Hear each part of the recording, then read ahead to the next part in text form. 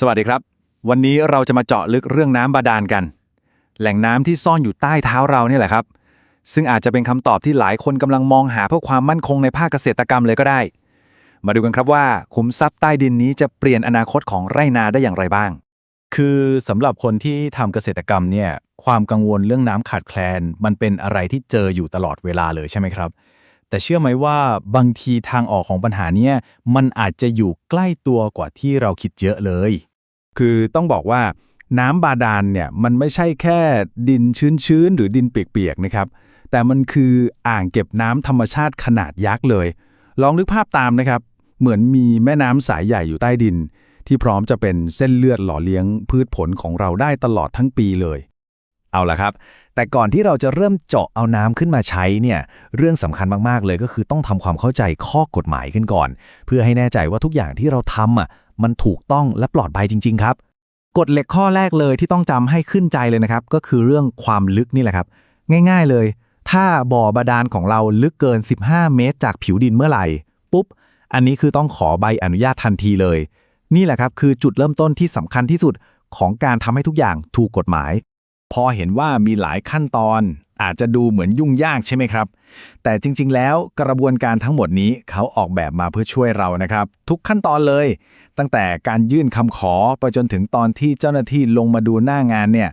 ทั้งหมดก็เพื่อให้เรามั่นใจว่าจะได้แหล่งน้ำที่ยั่งยืนปลอดภัยแล้วก็ดำเนินการโดยผู้เชี่ยวชาญตัวจริงข้อกำหนดพวกนี้อาจจะดูจุกจิกนะครับแต่เชื่อเถอะว่าทุกข้อมีเหตุผลของมันแล้วก็เป็นประโยชน์กับเราในระยะยาวทั้งนั้นเลยอย่างเช่นการกำหนดระยะห่างจากห้องน้ำหรือท่อน้ำทิ้งก็เพื่อป้องกันการปนเปื้อนในแหล่งน้ำของเราหรือการที่ต้องใช้ช่างที่ขึ้นทะเบียนก็เพื่อรับประกันมาตรฐานและความปลอดภัยทั้งหมดนี้ก็เพื่อให้บ่อน้ำบาดาลของเราใช้งานได้อย่างยั่งยืนที่สุดครับ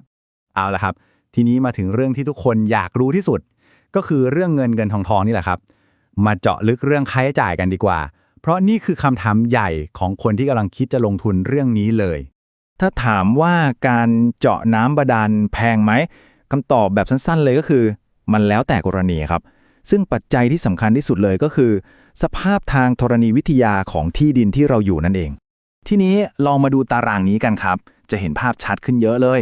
สิ่งที่น่าสนใจมากๆคือสภาพทางธรณีวิทยานี่แหละครับเป็นตัวกำหนดราคาโดยตรงเลยอย่างภาคอีสานส่วนใหญ่เป็นชั้นตะกอนตื้นเจาะง่ายกว่าราคาก็จะอยู่ในช่วงหลักหมื่นต้นๆถึง 40,000แต่พอเป็นภาคเหนือภาคกลางหรือภาคใต้ที่มักจะเจอชั้นหินแข็งอย่างพวกหินแกรนิตหินปูนโอ้โหอันนี้ต้องใช้เครื่องมือที่ทรงพลังกว่าเยอะเลยครับต้นทุนมันก็เลยสูงขึ้นไปอย่างที่เห็นเนี่ยแหละครับ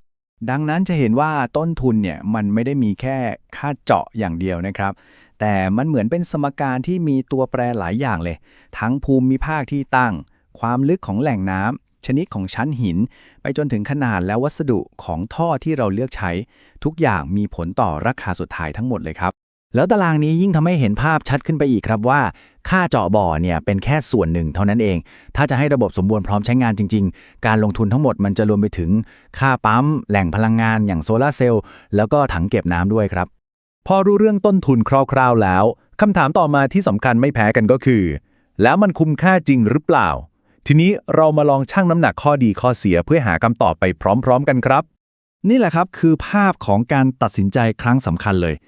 ด้านหนึ่งคือความมั่นคงคือการที่เราจะมีน้ำใช้ตลอดทั้งปีไม่ต้องมานั่งลุ้นเรื่องฝนฟ้าอากาศไม่ต้องกลัวภัยแล้งแต่อีกด้านหนึ่งก็คือต้นทุนเริ่มต้นที่ค่อนข้างสูงและก็มีความเสี่ยงบางอย่างที่เราต้องบริหารจัดการให้ดีครับ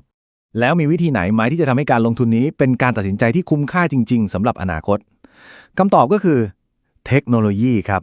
เรามาดูกันว่าเทคโนโลยีจะเข้ามาช่วยพลิกเกมนี้ได้อย่างไรและนี่คือตัวเปลี่ยนเกมที่แท้จริงครับปั๊มซัมเมอร์ซีฟพลังงานแสงอาทิตย์การที่เราผสมผสานการเข้าถึงน้ำบาดาลเข้ากับพลังงานสะอาดอย่างโซลาร์เซลล์เนี่ยมันการเปลี่ยนแปลงสมการทางเศรษฐศาสตร์ไปโดยสิ้นเชิงเลยครับเพราะมันช่วยตัดต้นทุนด้านพลังงานที่ต้องจ่ายต่อเนื่องออกไปได้เลยแน่นอนว่าการเลือกปั๊มให้เหมาะกับขนาดของฟาร์มแล้วก็ความลึกของบ่อเนี่ยเป็นเรื่องที่สำคัญมากนะครับอย่างที่เห็นในตารางนี้เลยฟาร์มขนาดเล็กหน่อยอาจจะใช้แค่ปั๊ม1แรงม้าก็เอาอยู่แต่ถ้าเป็นฟาร์มขนาดใหญ่ที่บ่อลึกมากๆก็ต้องใช้กำลังที่สูงขึ้นการเลือกที่เหมาะสมนี่แหละครับจะช่วยให้การลงทุนของเรามีประสิทธิภาพสูงสุดแล้วถ้าถามว่ามันประหยัดได้แค่ไหนกันตัวเลขนี้คือคำตอบครับโดยเฉลี่ยแล้วเนี่ยระบบปั๊มโซลาร์เซลล์ขนาด5กิโลวัตต์สามารถช่วยประหยัดค่าไฟฟ้าไปได้ถึงปีละประมาณ 25,920 บาทเลยทีเดียวครับ และพอมองในระยะยาวนะครับตัวเลขนี้ยิ่งน่าสนใจขึ้นไปอีกเพราะการลงทุนทั้งหมดเนี่ยจะคืนทุนในเวลาไม่ถึง 6 ปี แต่หลังจากนั้นมันก็คือกำไรจากน้ำฟรีไปอีกเกือบ 20 ปีเต็มๆเลยนะครับเพราะแผงโซลาร์เซลล์มีอายุการใช้งานยาวนานถึง 25 ปี สรุปแล้วนะครับกุญแจสำคัญที่จะนำไปสู่อนาคตที่ยั่งยืนจริงๆเนี่ยมีอยู่ 4 ข้อด้วยกัน 1. คือต้องถูกกฎหมาย 2. คือใช้เทคโนโลยีอย่างโซลาร์เซลล์เข้ามาช่วยลดต้นทุน 3. คือต้องมีความสมดุลในการใช้งาน อาจจะพิจารณาวิธีอย่างธนาคารน้ำใต้ดิน เพื่อช่วยเติมน้ำกลับคืนสู่ธรรมชาติ และสุดท้ายข้อ 4 คือการมองว่าระบบนี้เป็นการลงทุนเพื่อประกันความเสี่ยงจากภัยแล้งที่ดีที่สุดครับ และนี่ก็คือคำถามสำคัญที่อยากจะทิ้งท้ายเอาไว้ให้เราได้คิดกันนะครับ